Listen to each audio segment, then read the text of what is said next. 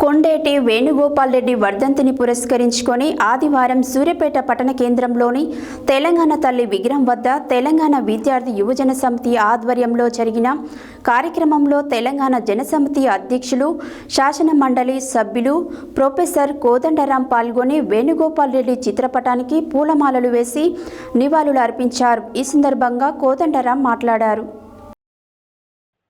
కొండేటి వేణుగోపాల్ రెడ్డి వర్ధంతిని పురస్కరించుకొని ఆదివారం సూర్యాపేట పట్టణ కేంద్రంలోని తెలంగాణ తల్లి విగ్రహం వద్ద తెలంగాణ విద్యార్థి యువజన సమితి ఆధ్వర్యంలో జరిగిన కార్యక్రమంలో తెలంగాణ జనసమితి అధ్యక్షులు శాసన మండలి సభ్యులు ప్రొఫెసర్ కోదండరాం పాల్గొని వేణుగోపాల్ రెడ్డి చిత్రపటానికి పూలమాలలు వేసి నివాళులు అర్పించారు।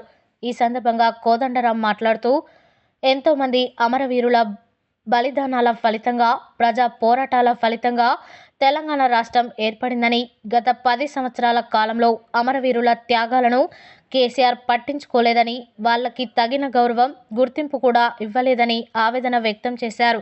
అమరుల ఆశయ సాధన కొరకు ముందుకు కొనసాగుదామని అన్నారు। ఈ కార్యక్రమంలో తెలంగాణ జనసమితి రాష్ట్ర ప్రధాన కార్యదర్శి ధర్మార్జు బైరి రమేష్, నాయకులు బొడ్డు శంకర్, జాటోత్ సీనో, కొల్లు కృష్ణారెడ్డి, వినయ్ గౌడ్, సూర్యనారాయణ, ఏనుగు మధుసూదన్, యాకోబు రెడ్డి, సతీష్, ఫరీదుద్దీన్ తదితరులు పాల్గొన్నారు।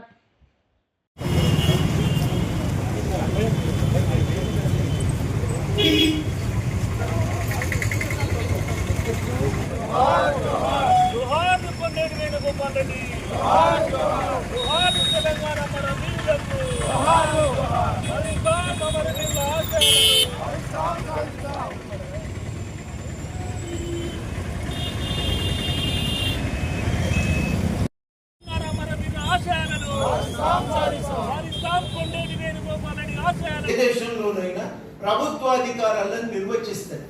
ఏ శాఖ ఏం పని చేయాలి, ఎట్లా పని చేయాలి, ప్రజలకు ప్రభుత్వానికి మధ్య సంబంధం ఎంత ఉండాలి। జరిగింది ఏంటంటే భారతదేశంలో అవి మాత్రమే రాయలేదు, ఇంకేం రాసిండ్రు భారతదేశంలో అంటే భారతదేశం ఏ రకంగా అభివృద్ధి చెందాలి అనే విషయం పైన కూడా ఒక స్పష్టత ఇచ్చింది।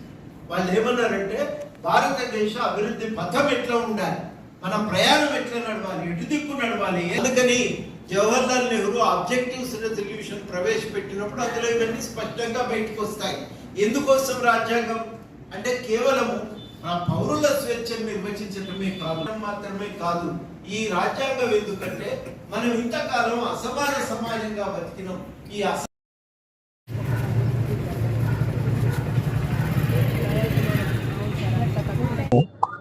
ఏర్పడి 75 ఏళ్ళు పూర్తవుతున్న సమయం ఇది। చాలా కీలకమైన సందర్భంలో ఉన్నాం।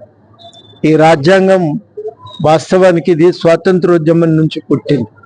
ఆ స్వాతంత్రోద్యమంలో జనించిన విలువలన్నీ కూడా ఇందులో అక్షరబద్ధమైనవి। అట్లాంటి ఒక గొప్ప రాజ్యాంగం ఇది। ఒక విలక్షణమైనటువంటి అంశం ఉంది దీనికి। మొట్టమొదటి విషయం ఏంటంటే భారత రాజ్యాంగం అనేది మిగతా రాజ్యాంగాల కంటే విరుద్ధం ఇది। అన్ని రాజ్యాంగాలు కేవలం ప్రభుత్వ అధికార పరిధిని నిర్వచిస్తాయి, ప్రజలకు ఉండే స్వేచ్ఛ పరిమితిని ఏంటియో తెలియజేస్తుంది। ఈ రాజ్యాంగం ఆ ఒక్క పని మాత్రమే చేసి ఊరుకోలేదు। ఈ రాజ్యాంగం అనేది భవిష్యత్తులో భారతదేశం ఏ మార్గంలో ప్రయాణించాలి, ఎట్లా అభివృద్ధి చెందాలి అనే అంశం మీద కూడా దృష్టి పెట్టింది। అది చాలా గొప్ప విషయం ఇది।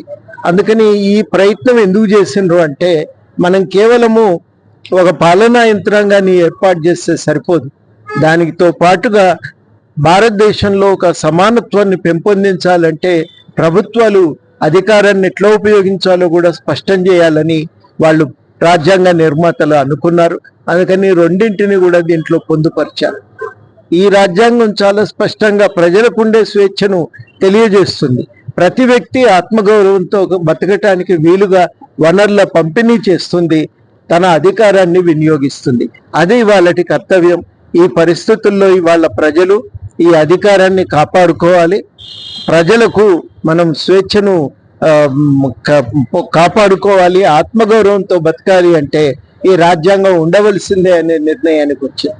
నిజానికి ఇంత విస్తృత ప్రజా పునాది ఉన్నటువంటి రాజ్యాంగం మరొకటి లేదు। ప్రజలందరూ కూడా ఇలా ఐక్యమై ఈ రాజ్యాంగాన్ని కాపాడుకుందామనే పట్టుదలతో ఇవాళ ఉన్నారు। ఆ రాజ్యాంగాన్ని కాపాడుకోవాలి. ఆ రాజ్యాంగాన్ని కాపాడుకోవటం మాత్రమే కాదు, ఈ రాజ్యాంగాన్ని ఆచరణలోకి తెచ్చుకోవాలనే పట్టుదలతో ప్రజల్లో ఉన్నాయి. పాలకులకేమో ఈ రాజ్యాంగం లేకపోతే సరళీకరణ పేరుతో కొద్దిమంది కంపెనీలకు మనం వనరులను పంచిపెట్టవచ్చు అనే కోరిక ఉంటే, ప్రజలకేమో ఈ రాజ్యాంగాన్ని కాపాడుకుంటేనే బతకగలుగుతామనే అభిప్రాయం వచ్చింది. అందుకనే ఎక్కడ చూడు ఈ మధ్యన ప్రజా పోరాటాలన్నీ రాజ్యాంగాన్ని చేతిలో పట్టుకొని దాని స్ఫూర్తితో ఉద్యమాలను కొనసాగిస్తున్నాయి. అంతటి ఒక గొప్ప రాజ్యాంగం చదవాలి, అర్థం చేసుకోవాలి. ఆ స్ఫూర్తితో మనం మన సమాజాన్ని నిర్మించుకోవాలి. ఆ నిర్మాణంలో మనం భాగస్వాములం కావాలని ఈ సందర్భంగా ఇక్కడ సూర్యాపేటలో చర్చ నిర్వహించినందుకు అభినందిస్తూ, ప్రతి చోట ఇట్లాంటి చర్చలు జరగాలని చెప్పి నేను కోరుకుంటాను. ఆలోచించవలసిన విషయం, నేను ఈ 75 ఏళ్ల రాజ్యాంగ స్ఫూర్తితో చెప్తున్నా, ఆలోచించవలసిన విషయం ఏంటంటే కేవలం